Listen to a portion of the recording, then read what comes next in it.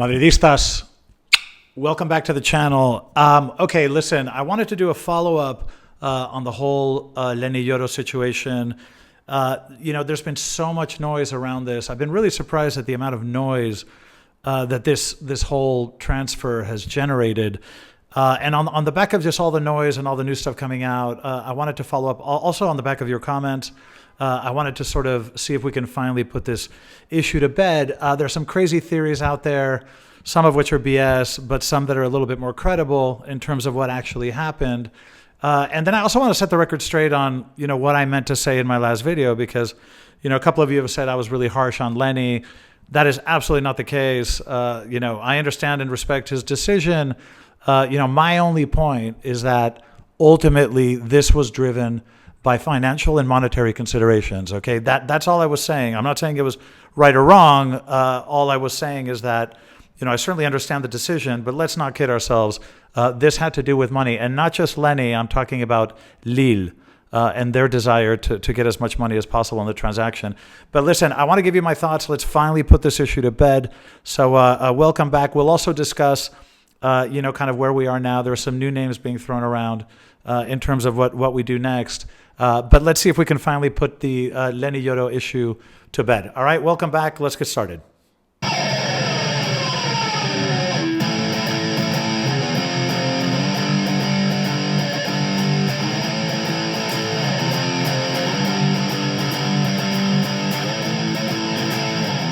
All right, Madridistas, welcome back. Okay, let's talk about the Leny thing and finally put this to rest. Okay, let me clear the air in terms of what I meant in my last video. I was in no way suggesting that Leny made a mistake of any kind. He made his decision, and I absolutely respect it. It was financially the best offer. All of that is good and fine. Look, Man United is one of the great legendary clubs in the world. There's no doubt about this. And I mentioned that in the video quite clearly. The EPL is the most watched league in the world. I definitely see a lot of the attractions there. But all I was saying is that the motivation, the reason for this was ultimately financial and monetary, and nothing else. Because, I'm very, very sorry, but if in football terms, you just cannot compare the two. I mean, if you look at, despite Man U's history, etc., the last 10 or 12 years, let's be honest, Man U's been a bit of a disaster, okay? They've shuffled through managers like crazy. They've been in and out of Europe. The club is not even playing the Champions League next year. In terms of the way that they've treated incoming talent, it's not a very stellar track record. It really in many ways has been a graveyard, burial ground for a lot of young talent. And even some of the more mature players that go to the club don't seem to progress. They tend to, if anything, sort of decline in terms of quality and value. And then, diametrically opposed to all that, Real Madrid is coming off winning 6 European Cups in the last 11 seasons. A club that has the most incredible track record of bringing in young players and turning them into the best in the world. What Real Madrid has done with Vini, Rodrigo, Valverde, Tchouaméni, Camavinga, what we're doing now with Brahim and Arda Güler, you simply cannot compare. So you simply will not be able to convince me that there were footballing reasons behind this decision. This had to do with the monetary stipulations of the offers, and not just Leny. Okay, Leny's going to make a lot more money at Man United, and I respect that decision. But this has to do with Lille as well, and we're about to discuss that. So that's all I was trying to say, okay? Now, Real Madrid, by all accounts, was willing to they were around 30, with incentives were willing to go up a little higher. Man U blew everybody out of the water. Even PSG was in the running for this. PSG got as high as 45, but would not go over it. And this is PSG, all right? A club that can throw money around like no one's business. But, the Man U offer was just completely off the charts. It was 62 million with 8 million in incentives, 4 of which were practically guaranteed. They had to do with number of minutes he plays, number of matches he plays. So barring any injury, he would get the other 4. So we're looking at 66 plus another 4. Now, that's the kind of money that you pay for a mature, established, peak age central defender. Don't forget, central defenders just in the marketplace don't command as much as strikers or wingers, etc., or midfielders. I mean, center backs are critically important, but just traditionally in the marketplace, they don't command as much. So 70 million euros for, an 18-year-old, it's an enormous amount of money. Now, I'm just I want to throw this in too. Now, this is not sour grapes. We wanted Leny Yoro. If Uni Calafat says that he's the most promising young central defender in the world, he is. Because there is nobody, this guy is the best scout in the world. If anybody can identify young talent in this world, it's Uni Calafat. There's no doubt about that. So we did want him. We were absolutely hell-bent on getting him. But he is 18 years old. He has never played internationally. He's played 60 games in the French league, in the first division, which is not really it's in the top 5, but it's not sort of in the top 3 leagues. Like I say, he hasn't been an international. He's still 18. So when you bring in a player with those characteristics, you're typically not, especially a center back, you're not going to go that high. So listen. Man U has sort of acted out of its needs. You could argue out of a bit of desperation, but Real Madrid stuck to its guns. We just were not willing to pay that kind of money as much as we wanted him. And as promising as he is, there are certain rules that Real Madrid just doesn't want to break when it comes to these transfers. So that was my point, and I just want to make sure that we understand that. Okay, now some of the theories that are going around, there are all sorts of sort of rumors going around. There was one silly theory that somehow Leny Yoro's family was going to get a 25 million euro commission or something. This is absolutely ridiculous. I definitely don't believe that. But one thing that is very, very important and I think very true and I think credible, while all these negotiations were going on, you had the auction for the TV rights for the Ligue 1, for the French First Division, among the TV networks, and that was taking place simultaneously. That concluded with a contract for 500 million euros for the upcoming season. Now, I think it was won by beIN Sports and DAZN, I believe, but the number was 500 million. Now, that is 85 million below what the contract was last year, and it's well below the 1 billion that the French league was hoping to get. So all of a sudden, every French club is going to get a lot less money than they were hoping and expecting to get. And Lille's financial condition is precarious. So one of the theories going around is that when the TV rights were announced, Lille was more than ever compelled to try to get as much money out of this transfer as possible. Now, that does make sense to me, that there was a financial sense of urgency on the part of Lille to maximize what they would get out of this transfer, and that a lot of this was driven by Lille and not so much by Leny. There's another theory out there that Lille actually went as far as threatening Leny in the sense that if you don't take the Man U offer, which brings us all this money that we need, if you don't, we're going to bench you all of next season. You're not going to play a minute. Now, I don't know if that's true. That one I find a little bit harder to believe because there's a level of kind of human cruelty behind that that I find hard to believe. But you never know. I mean, this kind of thing has been done before in the world of football. You could imagine that if a club were really, truly that desperate for the funds, that they would do anything to make sure that the transfer happened. Again, I don't know if that was the case, but that's one of the rumors going around. But listen, time will tell whether the Man U price tag was the right one or not.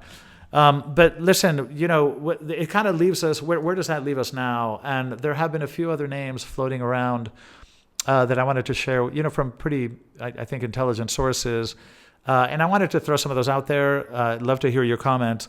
One of the names that came out there is Schlotterbeck from Borussia Dortmund, 24 years old. Again, this would entail paying, and I don't know to what extent Real Madrid is really willing to pay up. I mean, we showed Leny Yoro was the guy we really, really wanted, and we had a limit with him. So I doubt very much that we're going to surpass the limit for someone else. But Schlotterbeck is being sort of, his name is being thrown around. Piero Hincapié, his name is also being thrown around. He's a 22-year-old from Ecuador, plays in Bayer Leverkusen, had a phenomenal season last year. Xabi Alonso spoke incredibly highly of him. That's the type of profile that I think Real Madrid tends to like. sort of young, very promising. But again, how much is Real Madrid willing to pay? Would Leverkusen consider it? All of that, remains problematic. Then, in terms of sort of within the club, the name Joan Martinez has come up. This is a 17-year-old that plays in the lower divisions of Real Madrid. He's sort of compared, to a young Sergio Ramos in many ways. He's very, very aggressive, very quick. And he's done he's moving up very quickly. There were already rumors of moving him into the first team, even last year, because he looks very, very promising. So, that's something that could be considered. And then another thing that we have to consider the possibility here is a sort of Band-Aid patch-up type job, because look what we did with Joselu last year, right? We weren't going to pay up for a number 9, clearly, but we thought that we did need a number 9 for certain situations. So we got Joselu, 32 years old, not a rock star, but plays the position reasonably well. And he turned out to surprise absolutely everybody. I mean, Joselu was, who would have thought that this kind of patch-up Band-Aid, hire in the last minute would end up being so mission critical. And we do have to say this, not to blow smoke up our own, butts, but, we do have to say this. Players that come to Real Madrid tend to improve a lot. And, we've discussed this on this channel before. Some of it has to do with the aura of the shirt and the confidence and the belief that it gives you to wear this jersey and to be part of this club. And another part of it is just the excellence of the way things are done. The training, the facilities, the intensity of the preparation, it does make players better. So you could presume, possibly see somebody like Hummels, come to Madrid, knowing that he only has a year or two left, but he could be a kind of plug and play, a player with a lot of experience who had a fantastic Champions League, impressed everybody last year. We could opt for a sort of, patch-up type Band-Aid solution, and some of those have actually worked really well in the past. So, listen, that's kind of where we are. But again, we're not blaming Leny. He made a decision, and we all respect it. But it is also true that Florentino Perez, he wants Madridistas. He wants players that are willing to sacrifice for the club, that really believe in the colors, that want to be part of the institution, that are willing to take a lot of harassment and put up with a lot of pressure and make the sacrifices necessary to come. He does want and demand that from players, and this is what happened in the case of the Judes, the Camavingas, the Tchouaménis, the Mbappés.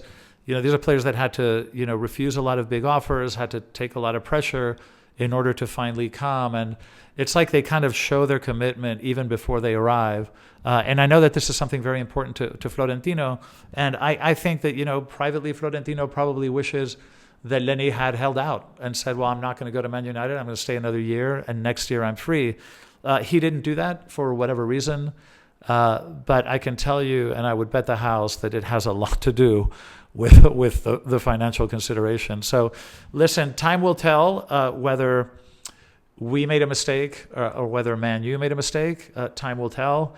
Real Madrid is a team that is very good at adapting to circumstances.